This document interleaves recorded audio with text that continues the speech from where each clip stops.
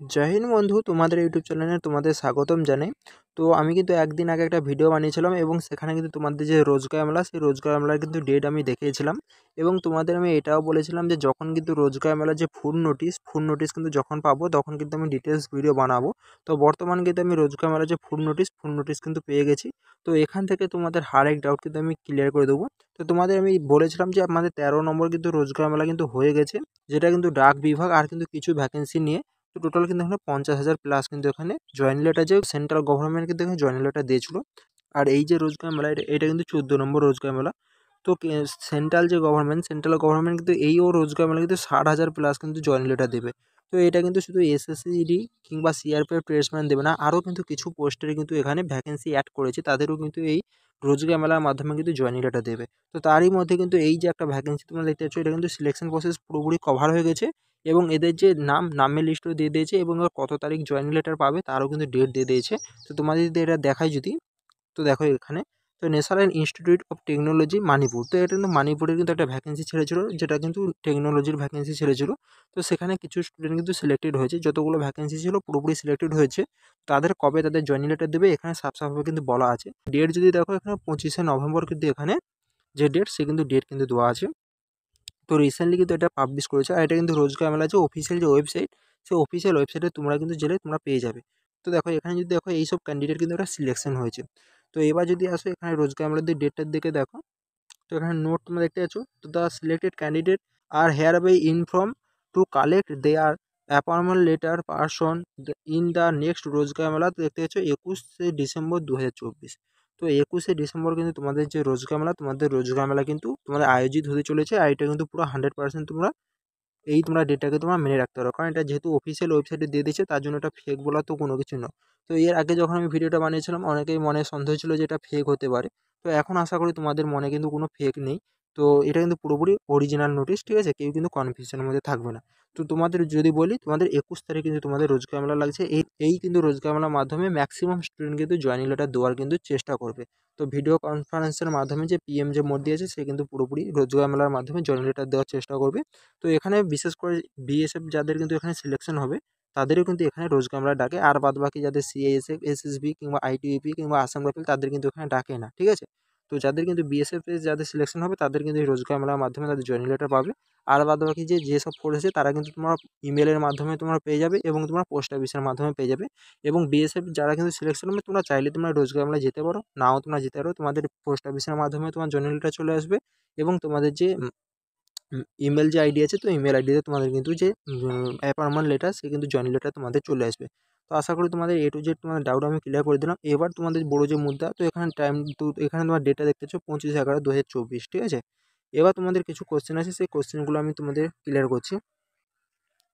তো প্রথম কোশ্চেন, আমাদের রেজাল্ট আমাদের কবে আসবে? তো দেখো এখানে কিন্তু সব কিছু যে এমএচের যে টাইম লাইন, সেই টাইম লাইন অনুযায়ী কিন্তু হচ্ছে। তোমরা যদি এখানে দেখো এ টু জেড কিন্তু ওখানে যে রোজগার মেলা ডেটও কিন্তু অ্যানাউন্সমেন্ট হয়ে গেছে। এবং তোমাদের রেজাল্টের যদি ডেট যদি বলি, রেজাল্ট কিন্তু যে ক্যালেন্ডারে ছিল, সেটা কিন্তু 22 তারিখ থেকে তোমাদের ডিসেম্বরের 7 তারিখের মধ্যে কিন্তু রেজাল্ট কিন্তু পাবলিশ করার কথা।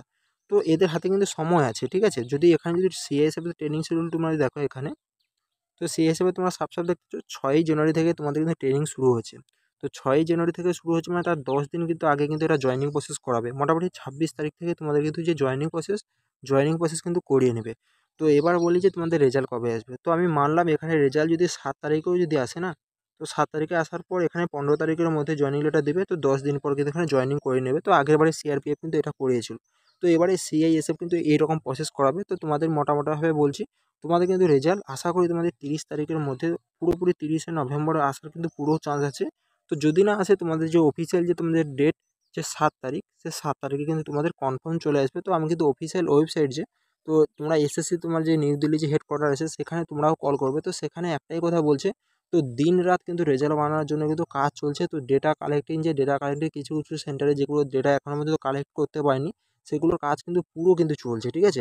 তার জন্য তোমাদের রেজাল্ট কিন্তু খুব তাড়াতাড়ি আসবে। এটা কেউ ভাববে না যে রেজাল্ট প্রচণ্ড লেট হবে, না, প্রচণ্ড কিন্তু লেট হবে না।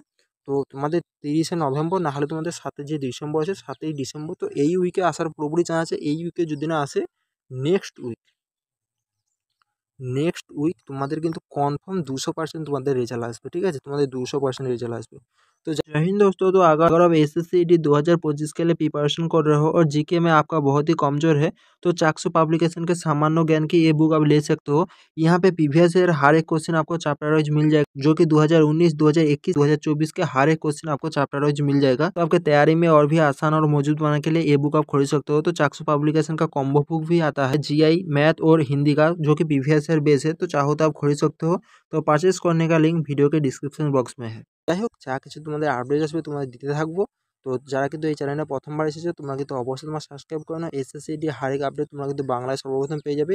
এবং তোমরা যে এই পিডিএফটা এটা দিয়ে পেতে দিয়ে যাও, তোমরা কিন্তু অবশ্যই তোমার টেলিগ্রামটা জয়েন করো না। টেলিগ্রামে কিন্তু আমি পিডিএফটা প্রোভাইড করে দিচ্ছি। আর তোমাদের কিছু যদি কনফিউশন থাকে বা কিছু ডাউট থাকে, অবশ্যই কিন্তু আমাকে ইনস্টাগ্রামে তোমার মেসেজ করবে। তো সেখান থেকে তোমাদের হারেক ডাউট কিন্তু আমি ক্লিয়ার করে দেবো। তো আর একটা তোমাদের জন্য বড় কিন্তু গুড নিউজ আছে, যেটা কিন্তু আমি বলতে ভুলে গেছিলাম। আমাদের নেক্সট ভিডিওতে সেটা আমি বলবো। তো নোটিফিকেশন তো না দেখালে তোমরা তো কেউ বিশ্বাস করতে চাও না, তবুও তোমাদের এখানে একটু বলে দিচ্ছি।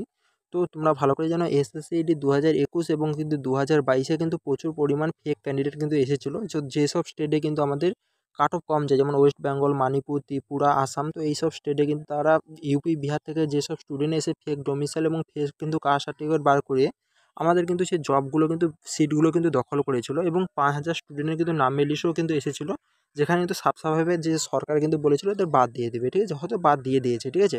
কিন্তু এটা কি হয়েছিল, চাকরি পাওয়ার পর হয়েছিল। তো যেসব কিন্তু সিটগুলো আর দখল করেছে, এসএসসি তো সেকেন্ড লিস্ট বানায়নি।